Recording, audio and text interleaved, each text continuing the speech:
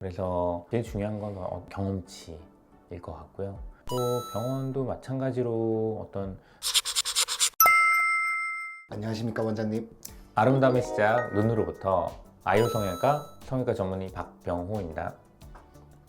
오늘은 안검하수 수술 전후 주의사항이라는 주제로 얘기를 나눠볼까 하는데요. 눈꺼풀이 처져 졸려 보이거나 시야를 가리는 경우에 수술을 통해 개선할 수 있는데 수술 전후에 어떤 점을 주의해야 좋은 결과를 얻을 수 있을까요?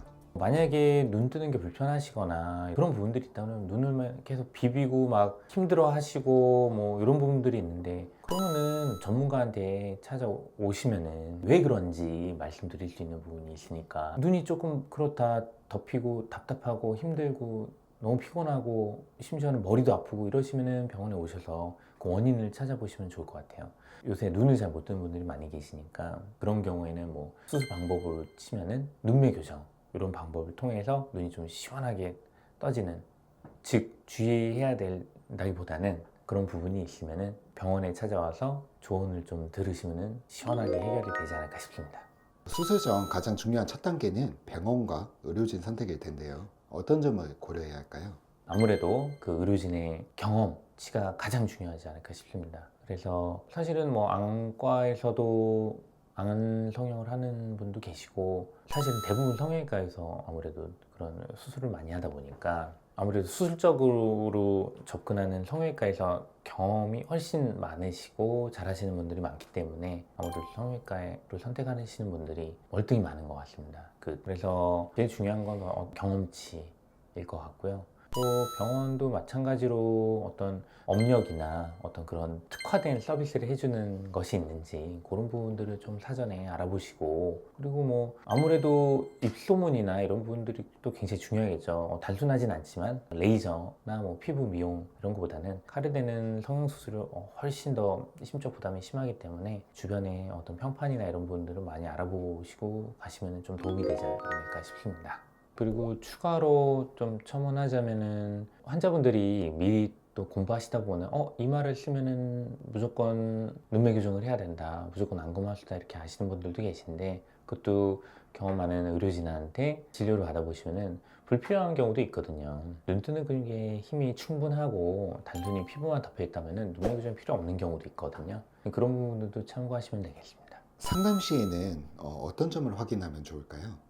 보통 공부를 좀 해보신 분들은 검은 눈동자가 많이 가리는 정도에 따라서 안검하수라고 이렇게 알고도 계십니다. 그 부분도 사실은 또 세분화하자면은 말단 혹은 중등도 심한 경우 이렇게 나눌 수가 있겠고요. 위에 검은 눈동자 살짝 1, 2mm 가리는 게 정상적인데 3, 4mm 가리게 되면은 안검하수로 표현이 됩니다. 하지만 그것을 판단하는 거는 가성인지 진성인지 그걸 또 구별해야 됩니다. 단순히 사진 찍었을 때 정면에서 봤을 때 가리는 정도에 따라서 판단 내리는 부분이 아니고요. 눈이 잘 떠짐에도 불구하고 피부가 늘어져 가지고 덮이는 경우에는 피부만 살짝 걷어내더라도 해결되는 경우도 있습니다. 심지어는 뭐 절개가 아닌 비절개로도 아주 간단히 해결되는 경우가 있기 때문에 그런 부분에 대해서 충분히 전문 의료진에게 진단을 받으신 후에 그 이후에 수술이 결정되는 거겠죠. 수술 방법을 미리 결정하시는 거는 아닙니다. 그거에 대해서 공부를 하고 눈매 교정이 필요하겠지라고 생각하는 정도까지는 괜찮지만 그걸 꼭 해야 된다, 안 해야 된다는 병원에서 진료를 받으시면서 결정하게 되겠습니다. 수술 전 생활 습관도 중요할까요? 자극을 안 주는 게 가장 중요하거든요.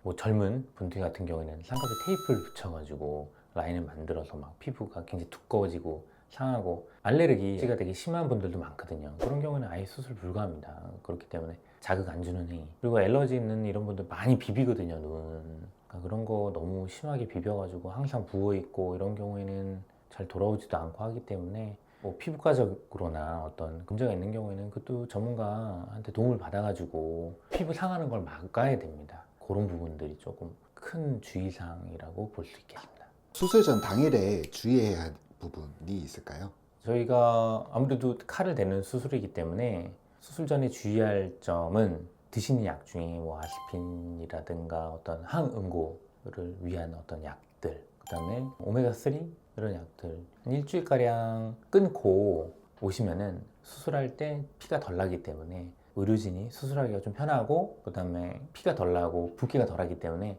좋은 결과를 위해서 저희가 잠시 멈추라고 하는 건데, 만약에 굉장히 중요한 약이다, 내가 다른 질병 뭐 심장계통 뭐 약이라서 끊으면 안 된다, 그럼 드셔야 돼요. 근데 주치의 선생님한테 성형수술 하려고 하는데 잠시 일주일가량 끊어도 되냐, 그럼 가타부터 얘기를 해주실 거기 때문에 그 조언을 얘기를 들으시고 그거에 맞게 하시면 되겠고요. 무조건 끊어야 된다 이건 아니기 때문에 참고하시면 되겠고요.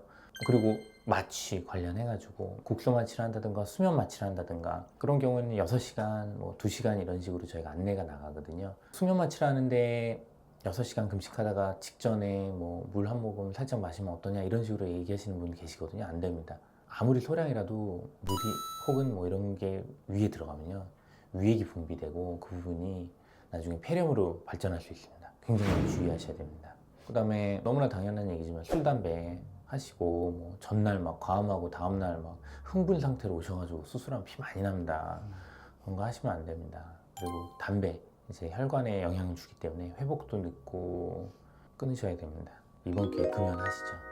그래서 그렇게 진행하시면은 좋은 결과 얻으실 수 있습니다. 그리고 또 하나, 마음가짐인데요. 의사가 신은 아니지만 의료진을 믿고 편안한 마음으로 하시면은 좋은 결과를 얻으실 수 있을 겁니다. 수술 후 초기에는 어떤 점을 가장 신경 써야 할까요? 제가 좀 강조하는 부분은 수술 전에도 포함됐던 얘기 중에 하나이지만 자극이 좀 없어야 되겠죠. 굉장히 약한 상태고 뭔가 붓기가 심하고 그런 상태이기 때문에 충격을 살짝만 받아도 뭐 출혈이 난다든가 이럴 수 있기 때문에 굉장히 조심해야 된다는 그런 마음가짐을 가지고 계신 게 중요하고요. 눈 뜨는 연습 잘 하세요. 그러면은 이마 안 쓰면서, 이마 쓰면서 눈 뜨시는 분들 같은 경우에는 계속 이마를 쓰면서 또 뜨거든요. 습관이 너무 돼버렸기 때문에. 하지만 그렇게 되는 경우에는 라인이 이렇게 자리 잡는데 굉장히 방해가 돼요. 그래서 눈 연습 잘 하시고, 너무 야 이거 진짜 안 된다, 내 의지로 안 된다 그러면은 보톡스 조금 도움 드릴 수도 있으니까 너무 힘드시면 말씀하시면 되겠고요. 초반에는 냉찜질, 후반에는 온찜질 이런 식으로 이해하시면 되겠고요. 가벼운 운동, 걷거나 하는 거 아주 도움됩니다. 그래서 그런 부분들 주의사항 혹은 도움되는 부분이라고 할 수 있겠습니다. 일상생활에서는 어떤 점을 조심해야 할까요?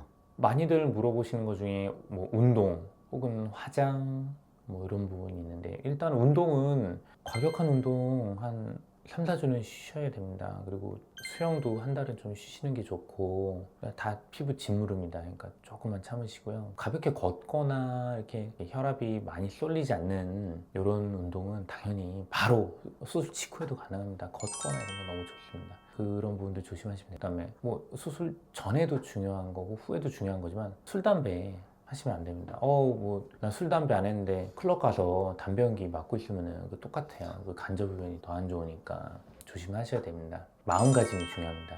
자기 자신을 사랑하면은 행동 거지 하나하나가 다 조심하시기 때문에 그런 부분은 조금 주의하셨으면 좋겠습니다. 또 렌즈 되도록이면 안경 쓰시고요. 3, 4주는 저희가 조심시키는데 진짜 급하다 그러면은 저희가 상황 봐서 2주 후, 뭐 진짜 빠른 경우에 열흘 후에 끼게 하는 경우도 있거든요. 그런 경우는 이제 그 상태 봐서 여쭤보시면은 저희가 그걸 맞춰서.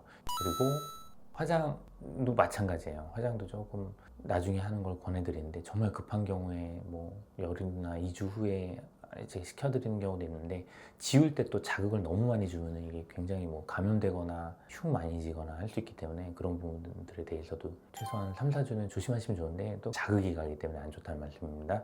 그리고 뭐 세수를 하거나 어떤 이렇게 제가 운동이랑 뭐 관련된 거지만 피가 쏠리거나 세수할 때 이렇게 숙이잖아요. 그럼 갑자기 이렇게 피 터지는 경우 있거든요. 그런 거 주의하셔야 됩니다. 그 다음에 아무래도 초반에 수술 상태가 너무 궁금해서 매일 거울 들여다보시고 막 눈뜨는 연습해야 되는데 눈 내리깔고 이런 거 하지 마시고요. 그러니까 편안하게 눈뜨는 연습하면서 힘 적절하게 줘서, 그럼 붓기 빨리 빠지고 회복 빠르거든요.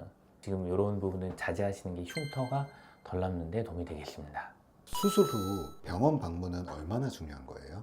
수술이 가장 중요하지만 그 이후에 경과 관찰하면서 내가 어떻게 될 것인지, 아니면 필요한 조치, 흉이 심하게 남는다거나 혹은 뭐 붓기가 심한 경우에는 그거에 맞춰서 약이 투여되거나 먹는 약이 나가거나 주사를 맞거나 이런 부분이 존재하거든요.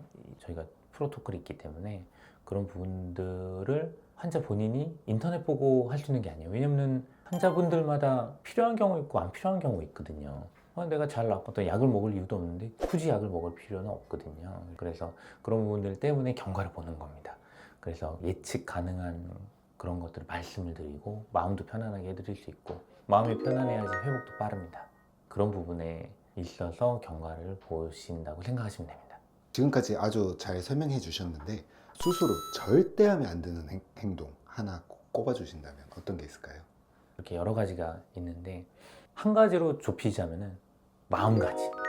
자기 자신을 사랑하시면은 그런 모든 행동들이 다 안 하게 되지 않을까 싶습니다. 추가로 더 해주실 말씀 있으실까요? 오늘 안검하수에 대해서 특히 주의사항에 대해서 많이 알아봤습니다. 제가 마지막으로 말씀드리고 싶은 거는 안검하수를 해결하기 위해서 눈을 잘 뜨게 하기 위해서 눈매 교정술을 시행을 하게 되는데 아까 말씀드렸다시피 불필요한 경우도 있어요. 그 눈매 교정이 눈 잘 뜨는데 눈매 교정 왜 합니까? 안 해도 되는데 그런 거를 정확하게 말씀드리는 부분이 필요한데 반대로 이게 눈매 교정이 너무 뭐 부작용이 심하니까 난 절대 싫다 뭐 나는 눈 크게 뜨고 싶은데 눈매 교정 하기 싫다 이 앞뒤가 안 맞는 얘기거든요. 눈을 실제로 잘 뜨기 위해서 하는 게 눈매 교정인데 나는 눈 크게 뜨고 싶은데 눈매 교정 하기 싫다 그런 거는 없고요. 적절하게 잘 하면은 문제가 안 됩니다. 그러니까 수술에 대해서 너무 선입견을 가지고 계시면 적절하게 어떤 수술 방법을 권해드릴 수 없기 때문에 너무 인터넷에 일반화된 거를 보시고 오셔가지고 그거에 포커스 돼서 이렇게 적절한 수술 방법을 택하지 않는 우를 범하지 않으시는 게 중요하지 않을까 싶습니다.